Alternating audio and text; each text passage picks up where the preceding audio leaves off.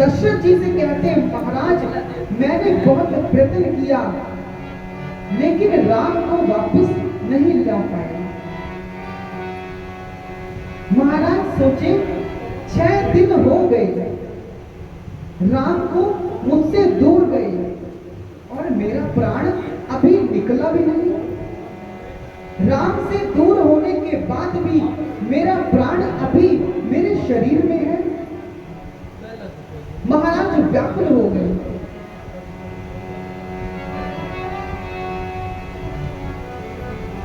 महाराज के शरीर का प्राण ऊपर की ओर बढ़ने लगता है।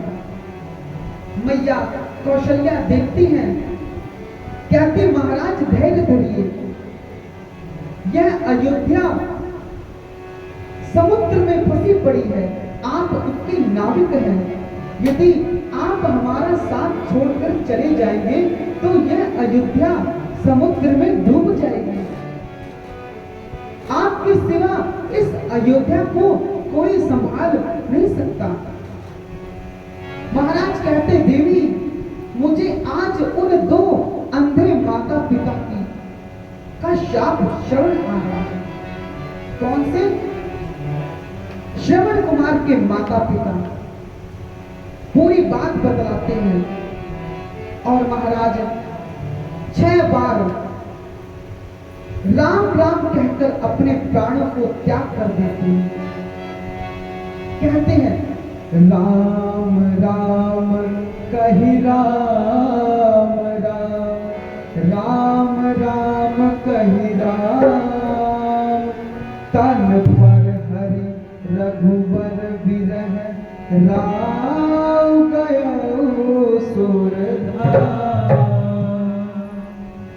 राम राम कहकर महाराज दशरथ अपने प्राणों को छोड़ देते हैं। गोस्वामी तुलसीदास जी कहते हैं, दशरथ जी ने जीने और मरने दोनों का फल प्राप्त किया। जीवित रहे तो राम जी को देख देख कर, और जब इस संसार से गए तो मुख पर राम राम कहकर। इसीलिए जीवित जीने और मरने दोनों का फल प्राप्त किया। गोस्वामी जी कहते हैं, उसी क्षण 6 बार राम राम कहकर जैसे कोई अपने वस्त्र पर तिनके को लग जाने पर झाड़ देता है, उसी प्रकार महाराज दशरथ ने तिनके के समान अपने प्राणों का परित्याग कर दिया।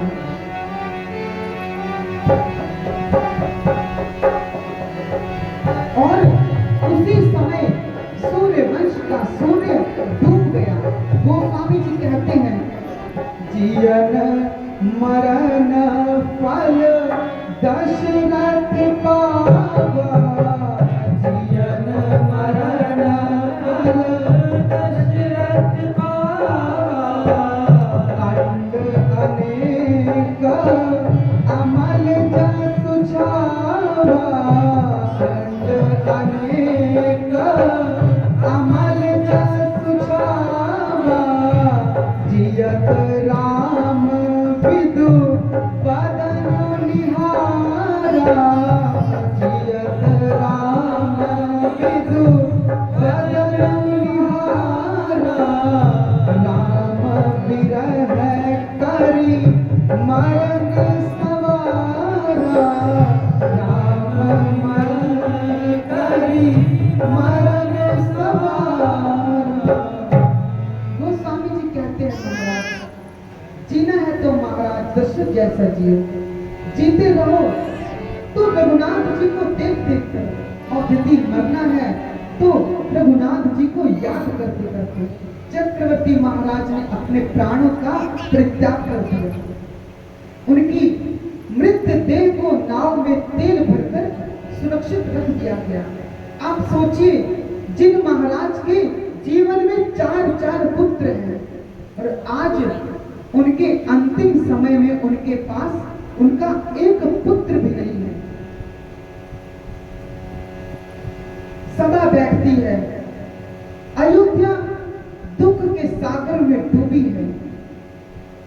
गुरुदेव भगवान दूतों को भेजते हैं भरत जी को ननिहाल से लाने के लिए। कहते हैं सावधान, भरत जी को इस विषय में कुछ मत बतलाइए, कहिए गुरुदेव ने आपको शीघ्र अतिशीघ्र अयोध्या वापस बुलाया। दूत भरत जी को बुलाने जाते हैं। उधर रात्रि भरत जी स्वप्न देखते हैं और डर जाते हैं। उनको लगता है कि अवध में कुछ अनिष्ट होने वाला है। तब तक अयोध्या के दूतों को देखते हैं। दूत सोचते हैं भरत जी और राम जी के प्रेम के बारे में दूत जानते हैं कि राम जी को भरत जी कितना प्रेम करते हैं। सोचते हैं यदि भरत जी को ये पता लग जाए कि राम जी अयोध्या छोड़कर वन चले गए हैं तो हो सकता है भरत जी अयोध्या पहुंचने से पहले ही अपने प्राणों का त्याग कर दे। इसीलिए जाकर कहते हैं भरत जी गुरुदेव ने आपको शीघ्र बुलाया है। भरत जी उसी क्षण अयोध्या के लिए चलते हैं। भरत जी अयोध्या पहुंचते हैं तो देखते हैं जो अयोध्या के वासी भरत जी से इतना प्रेम करते हैं आज भरत जी को देख भी नहीं रहे हैं। भरत जी को देखकर अपना मुख पीछे कर लेते हैं। भरत जी सोच रहे हैं आखिर ऐसा हुआ क्या, मुझसे क्या गलती बन गई जो अयोध्या वासी ऐसा कर रहे हैं। भरत जी महल में आते हैं और देखते हैं पूरा स्वरूप बदला है। भरत जी आए, पूरी बात सुनने के बाद सबसे पहले भरत जी मैया के पास जाते हैं, मैया कैकेयी के पास।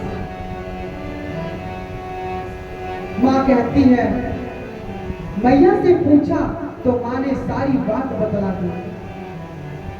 कहते हैं मैंने तो सब कार्य सही कर लिया था लेकिन ब्रह्मा जी ने कुछ बात बिगाड़ दी। भरत जी कहते क्या? कहते हैं भरत आपके पिता नहीं रहे। जैसे सुना पिताजी नहीं रहे, भरत जी दोनों हाथों को ऊपर करके तात तात कहते धरती पर लौट जाते हैं, गिर पड़ते हैं।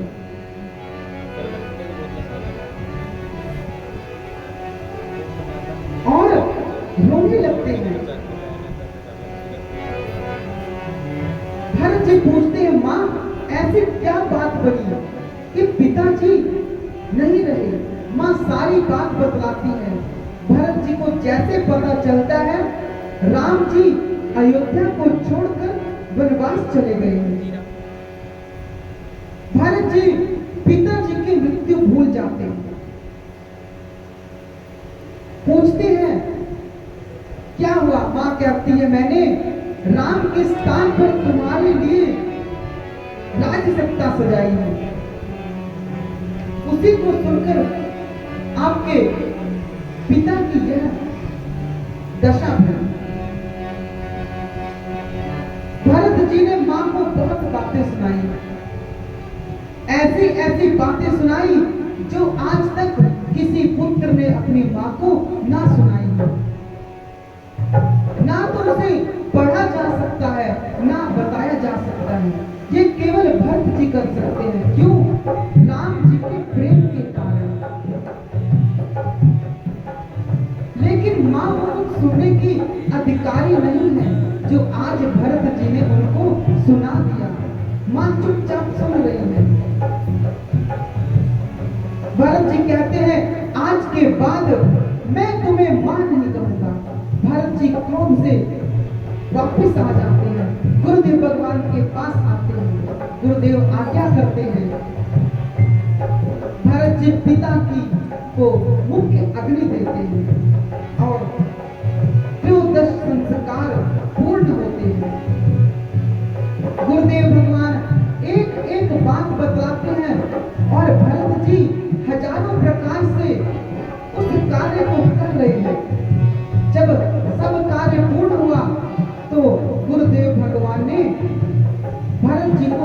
पास बैठाया, क्योंकि जिसको समझाना होता है उसको अपने पास बैठाया जाता है।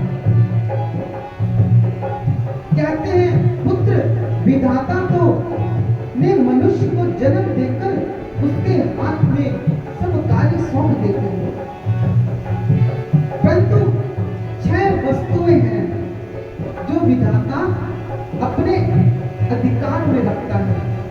कहते हैं हानि, किसी कार्य को शुरू करना है, उसमें लाभ होगा या हानि, ये विधाता को पता है। लाभ, यदि हम कोई कार्य शुरू करते हैं उसमें हमें लाभ होगा या नहीं, ये विधाता को पता। हमारा कार्य क्या है, उसको करना, यश, हमको यश देना, ये भी भगवान के हाथ में है। हमको अपयश देना, ये भी भगवान के हाथ में है। हमारा मान सम्मान भी भगवान के हाथ में है, हमारे हाथ में नहीं कि हम अपना मान सम्मान खुद करा सके।